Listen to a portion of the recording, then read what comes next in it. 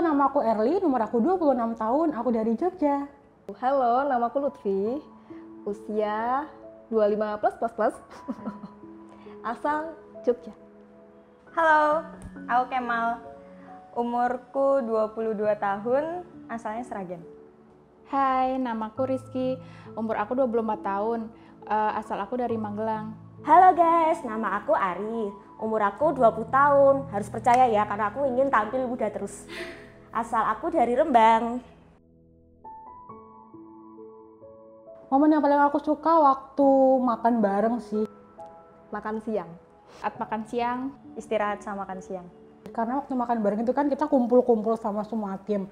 Dan di situ kita bisa sharing apapun, terus kayak lebih santai gitu suasananya. Dan kalau di sini kan makannya tuh di ruangan yang nyaman banget, jadi kita makan bisa sambil lihat pemandangan dan itu seru banget. Kita bisa sharing banyak hal juga di ruang makan. pasti kumpul-kumpul sama temen, rame-rame gitu, ngobrol, sharing gitu. Karena makan siang disediakan dari kantor, jadi itu momen yang mungkin belum pernah saya dapatkan di sebelum-sebelumnya. Apa ya, banyak sih suka bercanda bareng sama teman-teman, ngobrol bareng sama teman-teman, bercanda, sharing sama teman-teman, keluh kesah tentang di kantor. Terus apa ya, bangun semangat sama teman-teman aja sih. Karena kan wajib jadi satu makan siangnya. Jadi kita bisa bercengkrama bersama. Pernah jatuh naik motor sampai lumayan parah sih gitu. Naik gunung. Mungkin udah beberapa kali, cuman bagi saya naik gunung itu sampai sekarang masih jadi momen yang punya kesan-kesan tersendiri setiap naik gunung. Waktu ngerawat papaku, waktu sakit. Pengalaman hidup aku saat aku harus berhenti kuliah di Semarang. Pengalaman hidup yang paling nggak bisa dilupain itu waktu aku ditinggal bapakku. Menurut aku yang paling inspirasi dalam hidupku adalah ibu sama bapak aku, karena aku bisa kuat karena di sini ya karena support orang tuaku. Ibu. Karena sampai usia ibu yang hampir pensiun, hampir usia 60, itu masih strong, sehat. Yang paling menginspirasi yang pasti bapak sih, karena aku emang dari dulu sering diceritain tentang pengalaman hidup bapakku yang luar biasa kerasnya. Dan dari situ aku belajar banget arti kesabaran, arti pokoknya nggak pantang menyerah gitu. Orang yang paling menginspirasi dalam hidup aku adalah ibu aku sendiri. Menurut aku sabarnya dia tuh luar biasa, nggak ada yang menandingi. Orang yang paling menginspirasi dalam hidupku itu lebih ke ibu sih. Yang aku lihat dia kuat banget. Kayak mau dijahatin orang, dia apapun sama siapapun, dia tuh selalu bilang kalau orang jahat ke kita harus baik ke dia sampai dia malu ngejahatin kita. Jadi kalau misalnya disakitin sama orang, udah inget aja terus. Nggak suka sama orang, aku nggak bisa ngumpetin. Lebih ke lagi belajar untuk ikhlas sih. Cuek, nggak mau tahu urusan orang lain, perhatian. Kecil, cenderung pendiam sih. Aku suka kopi. Deskripsikan 3 hal tentang kamu. Aku itu suka makan, terus aku gimana ya, aku lucu kata orang, tapi nggak tahu deh aku coba nggak. Terus satu lagi, aku itu orangnya banyak ngomong. Jadi kalau di sini aku masih udah agak ngerem sih, sebenarnya dulu aku lebih parah lagi. Pertama aku tuh orangnya suka masak, terus sering banget ya, hal yang paling aku suka di rumah itu ngobrol sama ibu. Yang ketiga aku tuh orangnya suka jajan. Itu foto aku sama ibuku. Ini ibu saya yang tadi saya deskripsikan di orang yang menginspirasi itu sih. Jangan.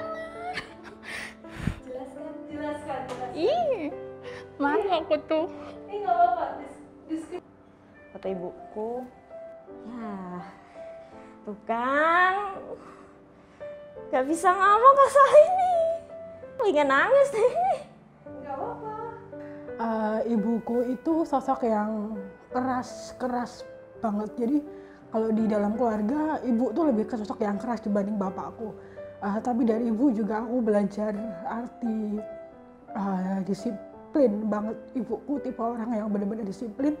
Tapi at the same time ibu juga bisa jadi orang yang sangat lembut gitu. Dan dari ibu juga aku belajar apa ya? Kerja keras sih. Jadi dari aku kecil tuh ibuku tuh nggak pernah yang namanya nggak kerja. Jadi ibuku tuh selalu kerja. Tapi meskipun ibuku kerja, ibuku tuh juga tetap bisa ngatur rumah tangga dengan baik. Ibuku tetap ada waktu buat aku, kakak-kakakku tetap bisa ada buat kita. Tapi ibuku juga tetap bisa ngejar pekerjaannya dia gitu loh. Jadi aku juga belajar dari ibu tentang kerja keras dan time management sih yang paling penting, karena meskipun ibuku kerja, aku nggak pernah kehilangan sosok ibu di hidupku. Seperti yang saya sebutkan tadi, kalau ibu saya ini di usia yang sudah hampir pensiun ya, usia 57 kayaknya. Tapi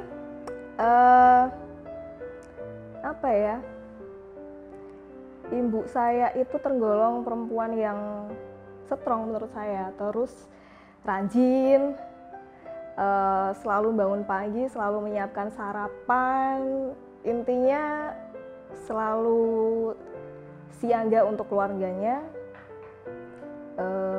Bahkan mungkin di usia baby boomer kayak seorang ibu saya ini masih melek teknologi, karena profesinya guru, kemarin habis bikin aplikasi. Buat saya itu prestasi sih, maksudnya wow tersendiri sih buat saya kayak gitu. Bagi aku yaitu everything lah.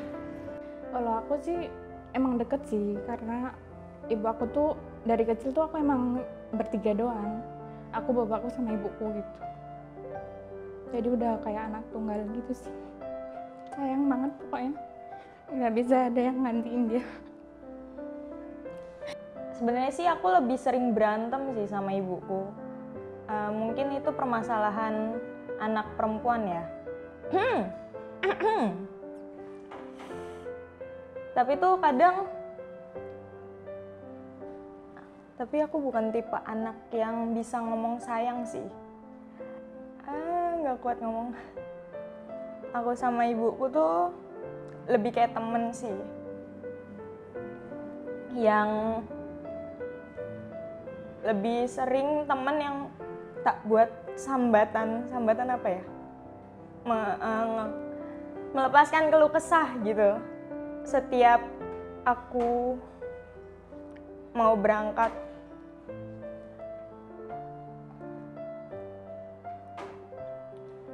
nggak bisa ngelihat kuliah atau kerja gitu kan, yang nantinya bakal ketemu paling lama tuh sebulan sekali lah gitu. Nggak ada satu hari pun ibu aku tuh nggak bangunin gitu, walaupun cuma via WA. Dan kadang mikirnya kalau ibuku ngeluh lagi nggak enak badan, nggak ada di sampingnya aja sih gitu, deskripsi. Pokoknya ibuku itu kayak contoh terbaik buat aku. Dan mungkin 10 tahun atau 20 tahun lagi aku menjadi sosok seperti ibuku. Itu segalanya. Dia tuh kekuatan aku di sini. Jadi setiap aku ada masalah, aku ada merasa nggak kuat atau apa, cuma aku suka lihatin ibuku karena aku jadi motivasi, aku harus kuat. Jadi kalau aku juga nggak ingin buat ibuku tuh nangis dan sedih karena aku. Jadi aku berusaha, kalau aku sakit, aku ada di bawah, aku berusaha tutupin itu semua dulu. sampai aku bisa menyelesaikan masalahku, baru aku cerita sama ibuku. Ya pokoknya ibuku tuh segalanya lah, semua apapun yang aku alami, pasti ibuku yang bisa motivasi aku untuk tetap semangat dan berdiri. Mungkin aku pernah marah-marah sama ibuku kalau ibuku dikasih tahu nggak sesuai. Mungkin aku kan kadang orangnya gampang emosi dulu kalau awal, tapi setelah itu aku sadar kalau itu aku tuh salah. Jadi kadang tuh mau minta maaf jadi agak egoku masih nggak enak gitu. Tapi yang intinya walaupun gimana pun aku kalau marah sama ibuku, aku tuh sayang sama ibuku.